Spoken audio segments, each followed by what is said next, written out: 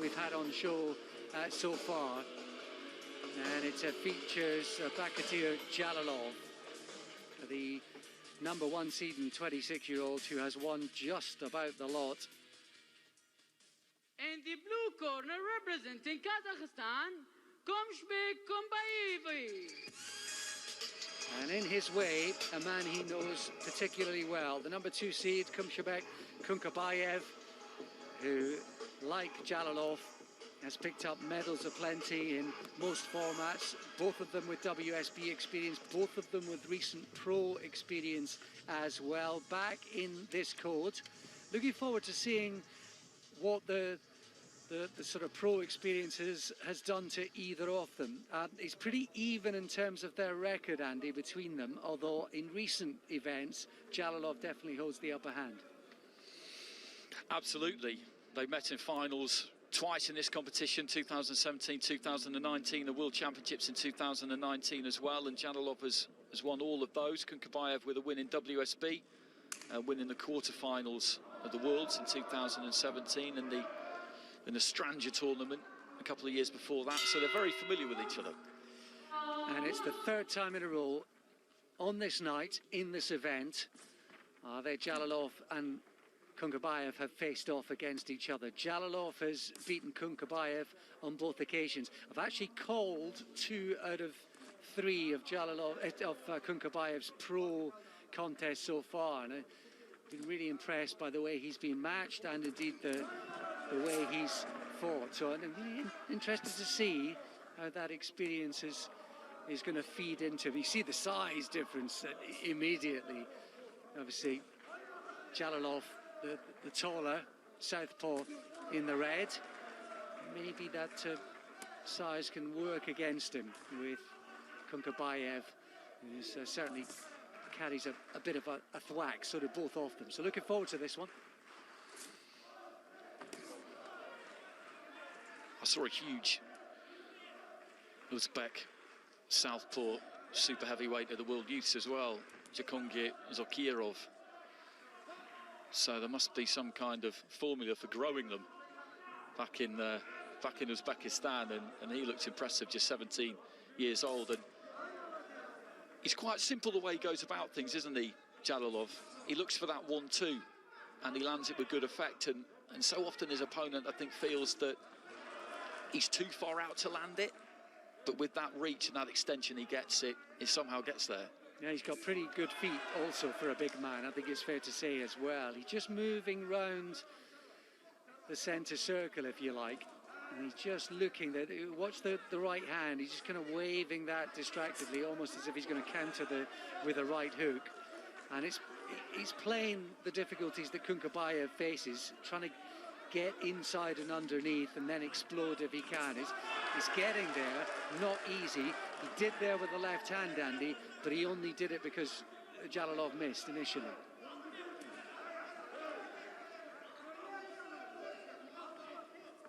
Both of these two with their feet planted fairly wide. You look at JALOLOV there, and the space between that lead foot, that back foot, trying to snap that jab and send the left hand in after it.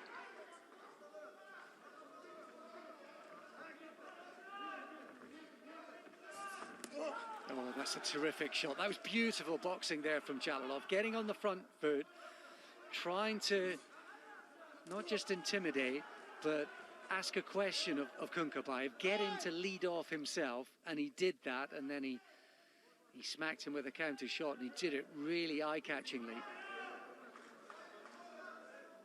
has that left eye swelled up immediately. Let's take a look at this.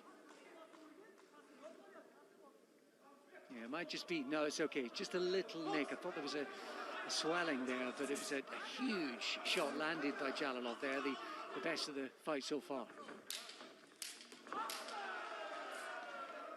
He's just making KUNKABAYEV fall short, isn't he, every now and again, and then clipping him with that left hand. Oh, he's got to count to referee. I mean, there was a shot landed there from JALOLOV, and then he, almost as KUNKABAYEV sort of crouched down, whether it was the effect of the shot or what, not quite sure. Maybe the replays will clear that up, but it did look as though then there was a push from JALOLOV just to send him over on his way. Either way, Andy, he was just starting to pick him off, and you can see, yeah, that eye is a bit worse than it first looked on inspection. There's a little mark on his chin as well. He's been picked off with a couple of big shots there, KUNKABAYEV, right towards the end of that round. Ominous signs for him, really, as you say, towards the conclusion of the round. And that little cut, maybe slightly in the corner of the eye, maybe even on the eyelid, that can be very, very uncomfortable.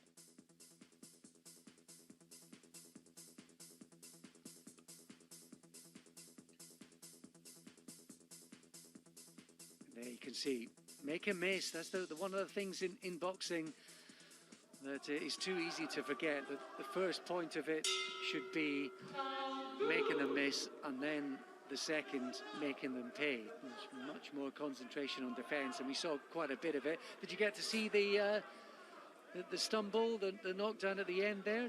Difficult to see with Jalolov's big frame very much in the way of the camera, but it looked as though there might have been something of a push. It did look more like a push.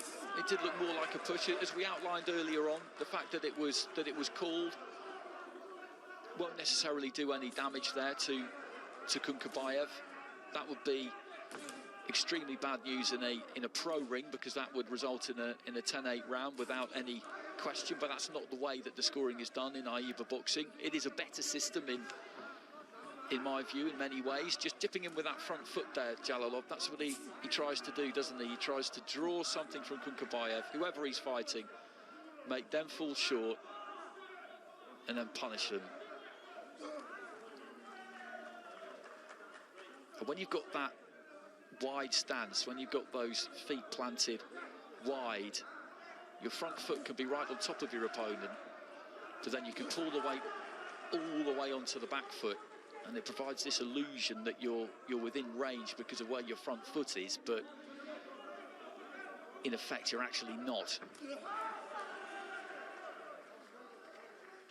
You can see the problems that the size and stature and technique, range, and the footwork significantly of Jalolov, the problems that it presents for any kind of fighter around this weight.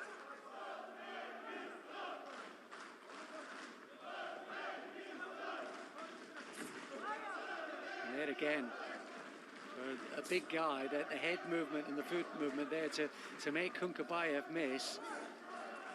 And KUNKABAYEV is now swiping and lunging into attacks, and an element of frustration creeping in, and you can understand why. He's been hurt in the first round, and he's been made to miss in the second. Being made to miss is,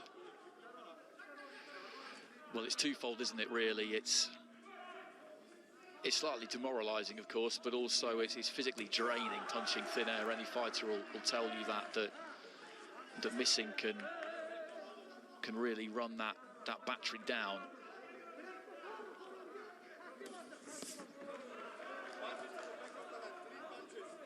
Still trying though, and there that sort of long left hand, he fired from below the waist up and round. He seemed to travel a long way. He did manage to make it connect though, KUNKABAYEV. That's a rare little bit of success. It's great credit to him that he is giving it absolutely everything, and well he should and might.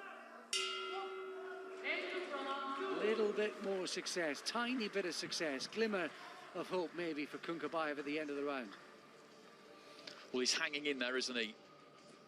Just sucking the air in between rounds there. You'd see that little bit of damage on the left eye. That'll be very sore, a bit of marking up around the chin and just by that left nostril too, whereas on the other hand Jalolov is fresh. He's a very, very difficult man to box against, because he just does the basics very well, doesn't he? And he's got that sheer physical size, which if you've got that at super heavyweight, of course it's an advantage. KUNKABAYEV isn't a particularly big super heavyweight, certainly not by comparison to Jalolov. And he really had to step in and almost reach with that to get it there, really commit to it.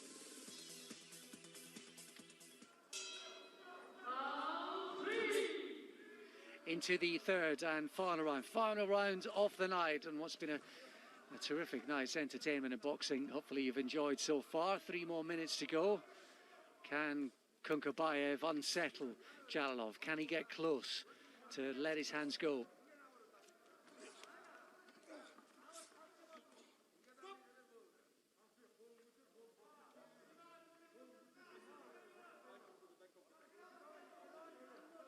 Warning for JALOLOV for about punching around the back of the head in the clinch. Again, there he's making KUNKABAYEV miss with the left hand.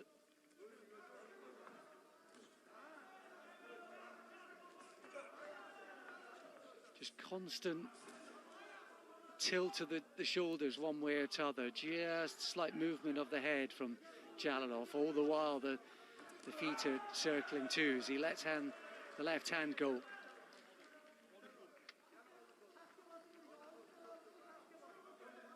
Really stepped into that left hand too. Maybe the balance just deserted him a bit, so he followed it onto the shoulder, but it just gives you an idea, because we were kind of side onto that, of just how far out he can be and still look for that left hand. Tell you what, he walked onto a very short left though from KUNKABAYEV. Those are the moments. If he misses, these are the times when he might just be vulnerable.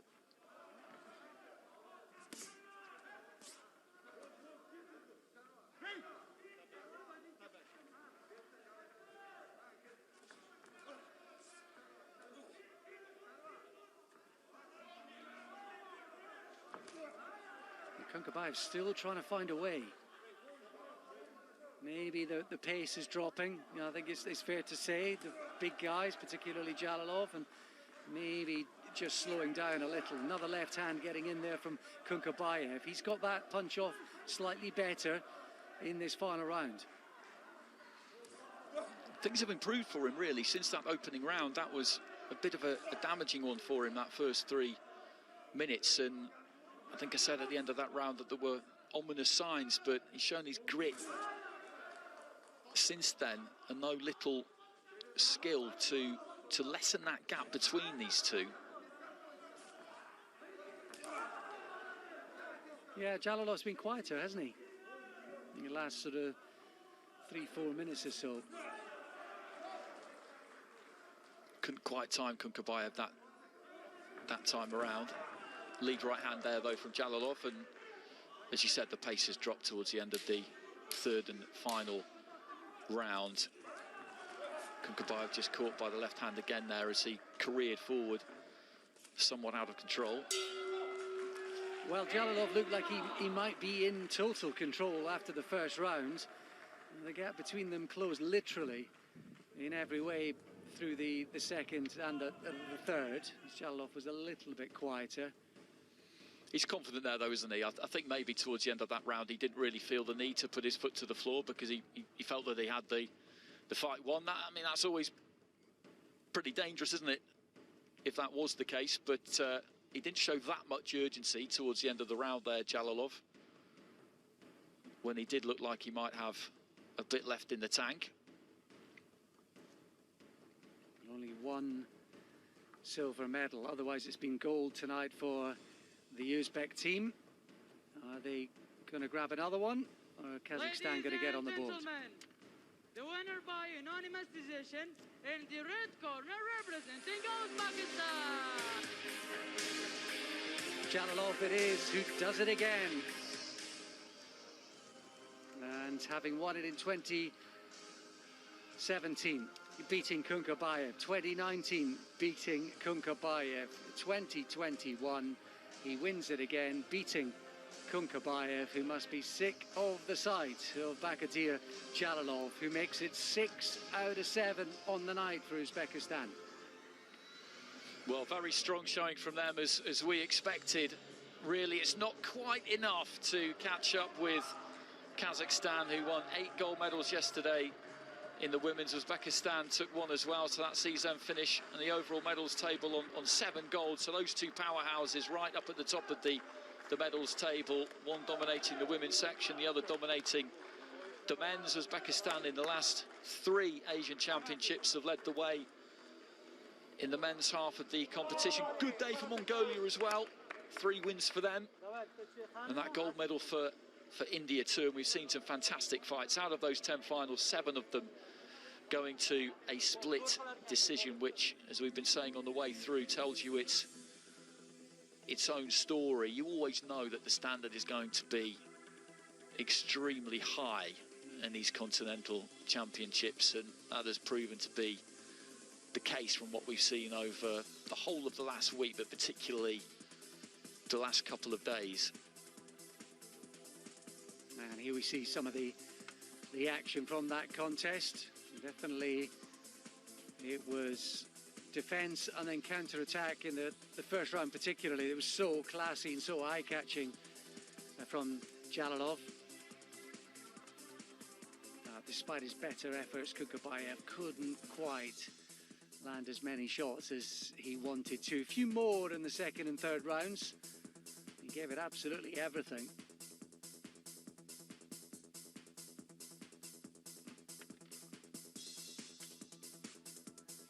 Really, for much of that, they almost look like two fighters in different weight classes, really.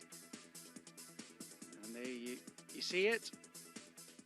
Another one for him, and another one for Uzbekistan. Well, he's on quite a run.